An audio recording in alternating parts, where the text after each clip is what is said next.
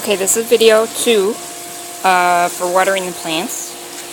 And see the little blue flag in there? That plant needs a lot of water. So anything that has a little blue flag in there needs a lot of water. And I'll just kind of go around. And this doesn't have a blue flag, doesn't need a lot of water. This one gets really puny looking. The leaves all start to curl up if it doesn't, for example. And this one right next to it does. So these are the ones right across from the bench. And this doesn't have a blue flag, doesn't need a lot of water. In fact, I usually just water this thing above it, and then it gets plenty.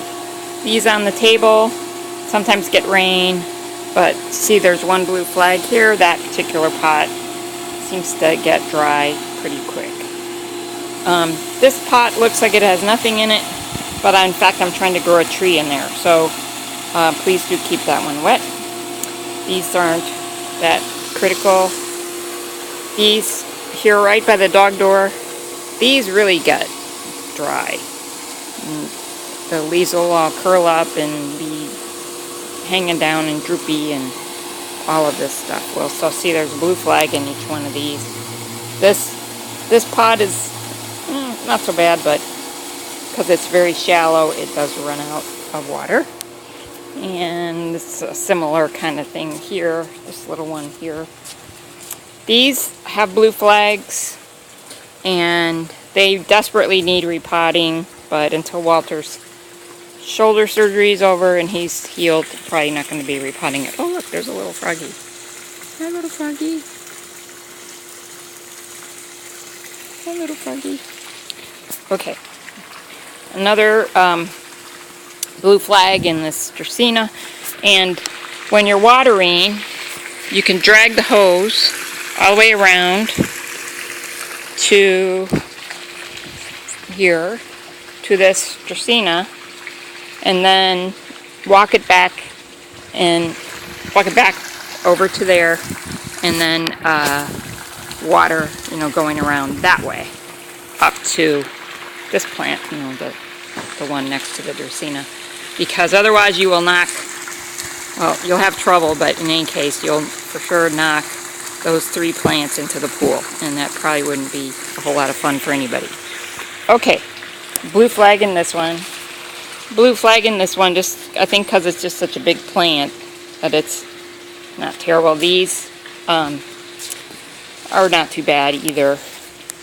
And this is a poinsettia. It does like water. This, I don't know much about this. This is called a kangaroo's paw, and it's very cute, and it gets pretty flowers, but I don't think it's very fussy about water. There's basil. There's a blue flag in this fiddly fig tree, and that also needs to be repotted, which is why it needs a lot of water. So go ahead and give that a lot of water. This does not need a lot of water. This, just because it's got such a big canopy, I do put water in it, but it's really not terribly fussy. So there's no blue flag. There's blue flag in this. Such a big plant, and again a big canopy, and I don't think a lot of water actually reaches the plant itself. These right around it don't usually need a lot of water, but they're not happy about being dry either. So almost done here. By the refrigerator, a lot of those are cactus. I just give them a little tiny bit of water.